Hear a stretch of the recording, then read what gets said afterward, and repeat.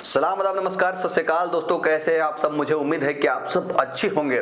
और आज हम बात करने जा रहे हैं डाल्टनगंज विधानसभा के बारे में कि डाल्टनगंज विधानसभा से इस बार विधायक चुन करके कौन आ रहे हैं।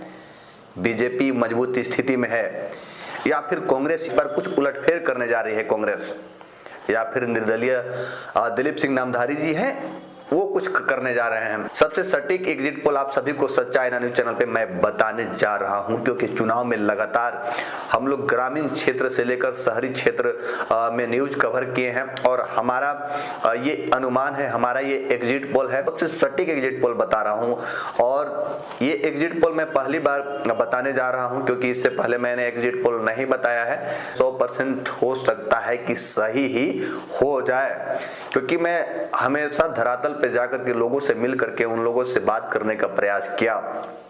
तो सबसे पहले आप सभी को बता दें कि बीजेपी के जो उम्मीदवार हैं आलोक कुमार चौरसिया जी हैं, जिन्होंने 2014 में वो चुनाव लड़े थे जेवीएम से और वो जीत करके आए हुए थे विधायक, वो चुने गए थे। और 2019 में फिर अगर हम बात करें तो 2019 बीजेपी में फिर शामिल हो गए थे और 2019 में बीजेपी के द्वारा उन्हीं को टिकट दिया गया था, आलोक कुमार चौरसिया जी को। और आलोक कुमार चौरसिया जी को टिकट दिया गया था। और वहीं अगर हम बात करें तो कांग्रेस से के.एन. त्रिपाठी जी को टिकट दिया गया था। तो अगर हम वोट की बात करें, जो आलोक कुमार चौरसिया जी चुनाव लड़े थे 2014 में, तो 2014 के चुनाव में आलोक कुमार चौरसिया जी 59,202 वोट लाए हुए थे।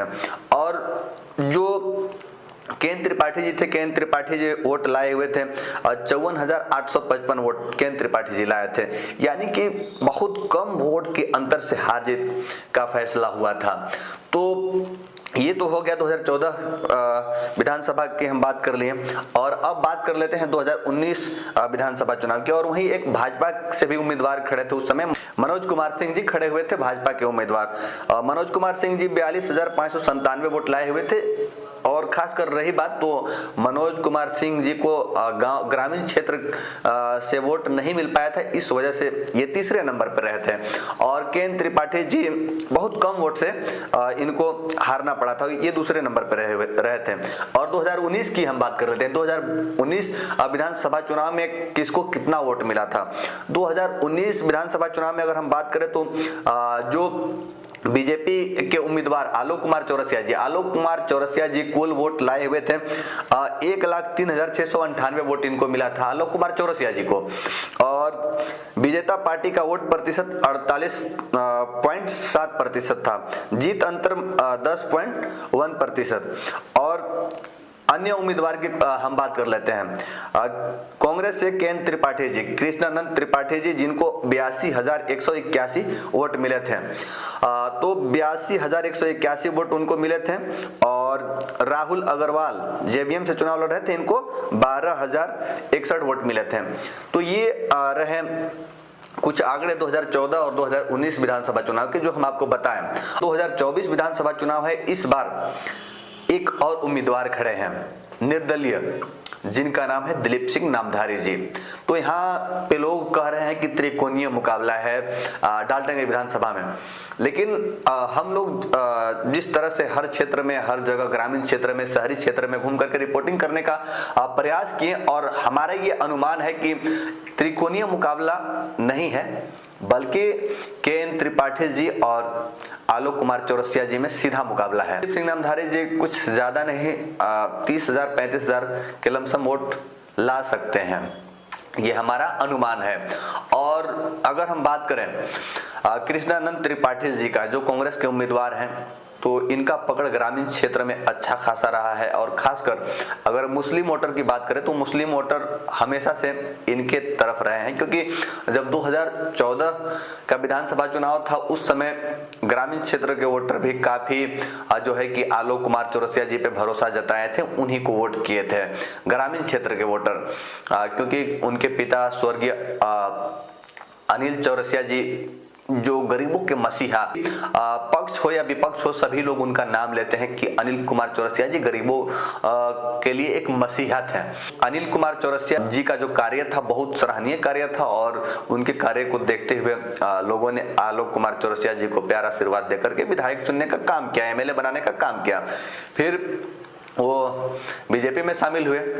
तो इस बार विधानसभा चुनाव की हम बात कर रहे हैं तो यहाँ पे दिलीप सिंह नामधारी जी भी मैदान में खड़े हैं, एक तरफ केएन त्रिपाठी जी हैं और बीजेपी से आलोक कुमार चौरसिया जी हैं। तो इस बार विधानसभा चुनाव में अब मैं ज्यादा वक्त नहीं लूंगा, आप लोग को कम समय में बिल्कुल सही और सटीक एग्जिट पोल बताने जा रहा हूं, क्योंकि कल के बाद परसों दिन तो ऐसे भी जब ईवीएम खुलेगा तो पता चल जाए। तो इस बार जो है कि खासकर केएन त्रिपाठी जी का पकड़ जो है कि ग्रामीण क्षेत्र में ज्यादा है। ग्रामीण क्षेत्र के वोटर खास करके अगर मुस्लिम समुदाय की अगर बात करें तो मुस्लिम समुदाय का वोट सबसे ज्यादा केएन त्रिपाठी जी को ही मिला है और आलोक कुमार चौरसिया जी को भी मिला है, लेकिन बहुत कम प्रतिशत में मिला है। हम बात करते हैं ग्रामीण क्षेत्र के कई जगहों पे, कई इलाकों में आदिवासी वोटर का ज्यादा सहयोग और सपोर्ट केएन त्रिपाठी जी को मिला है, कृष्णानंद त्रिपाठी जी को जो कांग्रेस से उम्मीदवार हैं। आलोक कुमार चौरसिया जी की बात करें तो इन्हें भी मिला है, लेकिन बहुत कम मात्रा में मिला है। लेकिन हाँ, सबसे डिपेंड रहता है शहरी मतदाता किनके साथ इस बार थे। तो शहरी मतदाता की अगर हम बात करें तो इधर निर्दलीय से जो दिलीप सिंह नामधारी जी खड़े थे, तो दिलीप सिंह नामधारी जी अगर शहरी क्षेत्र से अगर ज्यादा वोट लाते हैं, अगर वो बीजेपी के जो आलोक कुमार चौरसिया जी के वोटर हैं उसमें अगर कहीं कुछ सेंध लगाते हैं तो इससे डायरेक्ट केएन त्रिपाठी जी को फायदा पहुंचने वाला है। कुछ जो है कि आलोक कुमार चौरसिया जी के कार्यकाल से कुछ लोगों की नाराजगी थी, तो इस बार अगर शहरी क्षेत्र के वोट इधर उधर अगर होते हैं तो इससे डायरेक्ट फायदा केएन त्रिपाठी जी को सीधा मिलने वाला है। दिलीप सिंह नामधारी जी का अगर अनुमान करें तो 30 से 35 हजार वोट लाने वाले हैं। और वहीं अगर हम बात करें तो केएन त्रिपाठी और आलोक कुमार चौरसिया जी में मुकाबला है। तो इस मुकाबले में हमारे हिसाब से हमारा एग्जिट पोल है, हमारा ये अनुमान है बहुत कम वोट से हार जीत होने जा रहा है। तो इस बार हमारा ये अनुमान है, हमारा ये एग्जिट पोल है कि इस बार केएन त्रिपाठी जी जीतने वाले हैं और डाल्टनगंज के एमएलए बनने वाले हैं।